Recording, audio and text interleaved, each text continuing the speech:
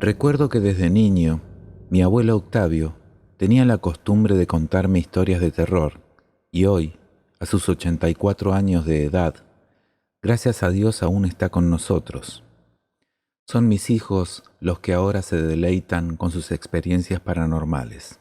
Él fue militar y por más que tiene su jubilación, sigue trabajando en lo que pueda conseguir. Sigue siendo un hombre fuerte y no sabe quedarse quieto.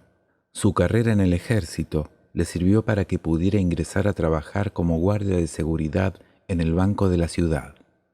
Eso sí, por su edad, lo hace junto a otro compañero. La historia que les voy a compartir ocurrió justamente dentro de ese banco y recién hace poco me enteré de esa vivencia.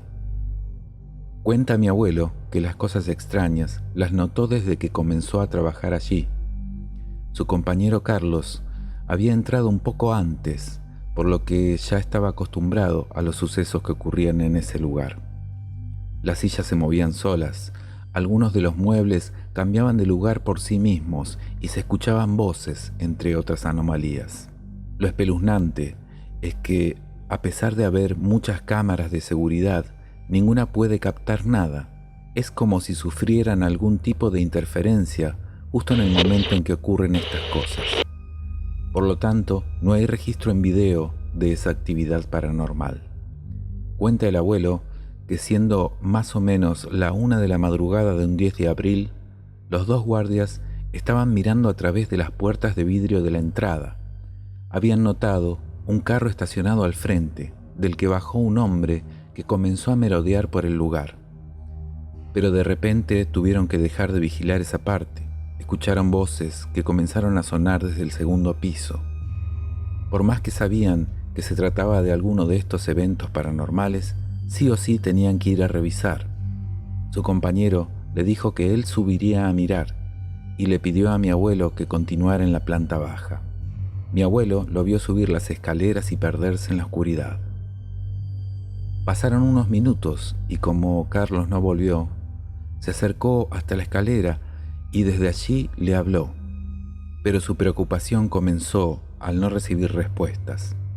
Entonces comenzó a subir lentamente las escaleras. Cuando llegó arriba vio que su compañero estaba quieto.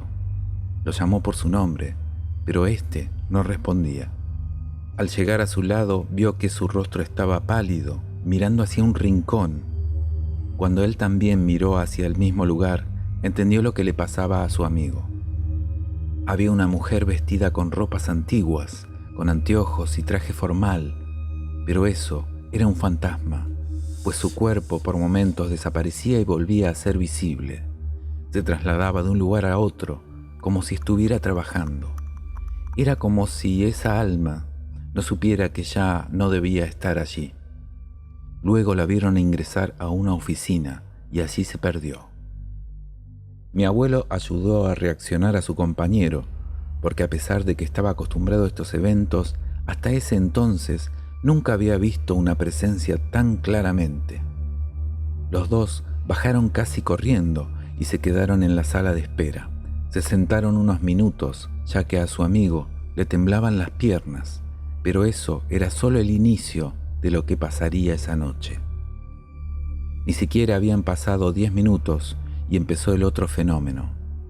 Las voces que antes se escucharon empezaron de nuevo, pero ahora eran muchas más. Todas hablaban a la vez como si fuera un tumulto de gente.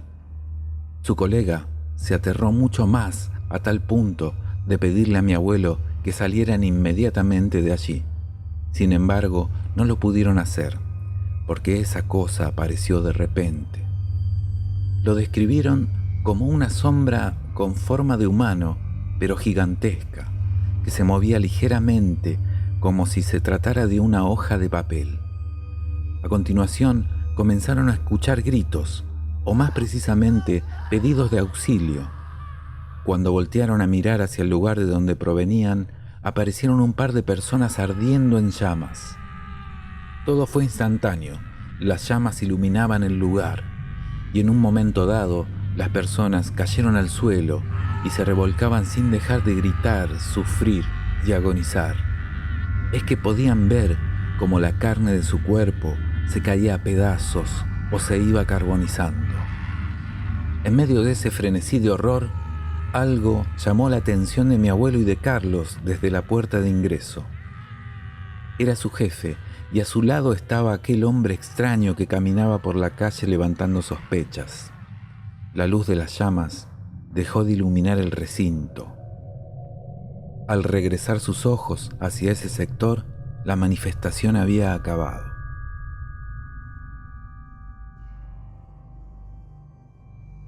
Resulta que muchas décadas antes de que se inaugurara el banco, ese sitio era una agencia de correo postal y allí hubo un incendio en el que fallecieron 2 personas. Esa noche precisamente era el aniversario de la tragedia y a excepción de mi abuelo y su compañero, el jefe estaba al tanto de lo que ocurría siempre. El hombre que lo acompañaba era un curandero, a quien el jefe invitó para que hiciera una limpieza espiritual, para intentar evitar el fenómeno. Evidentemente, habían llegado tarde. Hoy en día, aún se cuenta a voces que en ese banco ocurren fenómenos paranormales, sobre todo los días 10 de abril de cada año.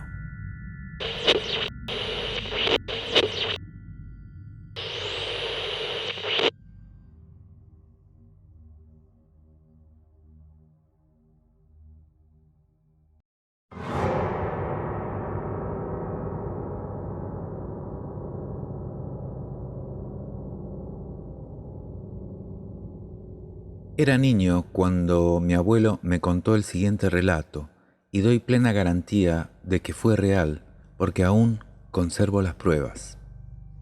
En la década de los 60, mi abuelo vivía en un pequeño pueblo en San Luis de Potosí. Tenía 16 años cuando sucedió esto y fue un día en que mis bisabuelos lo enviaron a la casa de un vecino en busca de un caballo que le habían comprado. Iba cabalgando por la mitad del trayecto cuando vio un pequeño niño sentado al costado del camino. Era un niño de unos 4 o 5 años. Estaba totalmente desnudo y jugaba con un pequeño perrito que tenía entre sus manos.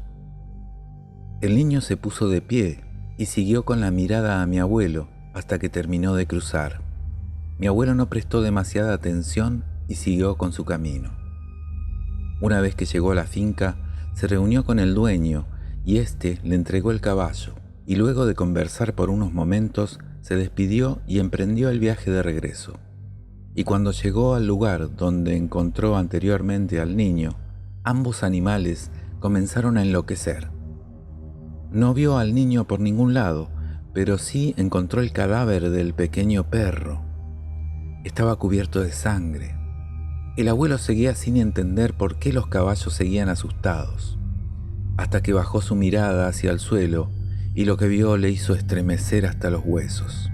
Debajo del caballo que venía montando, justo sobre el vientre de éste, vio que se encontraba aquel niño prendido, como abrazado a la panza del animal. Las manos del niño eran más bien garras. Con una de ellas abría la carne del caballo, produciéndole profundos cortes. Se espantó tanto mi abuelo que soltó la soga y salió al galope del lugar, pero solo logró avanzar unos metros cuando recibió un golpe en seco en la espalda. Sintió un dolor indescriptible. El golpe lo dejó sin aire, pero no logró tumbarlo del caballo. Herido, el caballo continuó su carrera sin detenerse. Apenas llegó a casa, el abuelo llamó a su madre. Se bajó del caballo, pero cuando intentó contarle lo sucedido, cayó al suelo, perdiendo el conocimiento. Se despertó acostado, boca abajo, sobre su cama. Escuchó a su padre pedirle que no se moviera y recién ahí cayó en la cuenta de lo que había sucedido en su espalda. Tenía los cortes provocados por las garras de aquel niño y el ardor era insoportable. Al menos habían logrado frenar la hemorragia. Días después, supo que encontraron el cadáver de aquel caballo que había quedado solo en la mitad del camino. Este se encontraba aún en el mismo lugar, ya hediondo y reseco, pero con el vientre vacío. no lograron encontrar sus vísceras. Algunos piensan que mi abuelo ese día alucinó y que en realidad una bestia salvaje lo había atacado a él y a los caballos, pero él asegura que fue aquel niño, un ser del mismo infierno. Las heridas de la espalda del abuelo tardaron meses en recuperarse, pero las heridas psicológicas perduraron mucho más. Mi abuelo falleció hace algunos años y me eligió a mí para conservar ese recuerdo. Y no solo me dejó la historia, sino que me entregó una caja de madera y dentro de ella la camisa que usó aquel día. Aún rasgada y con esas manchas negras impregnadas en la tela que deja al paso del tiempo la sangre seca.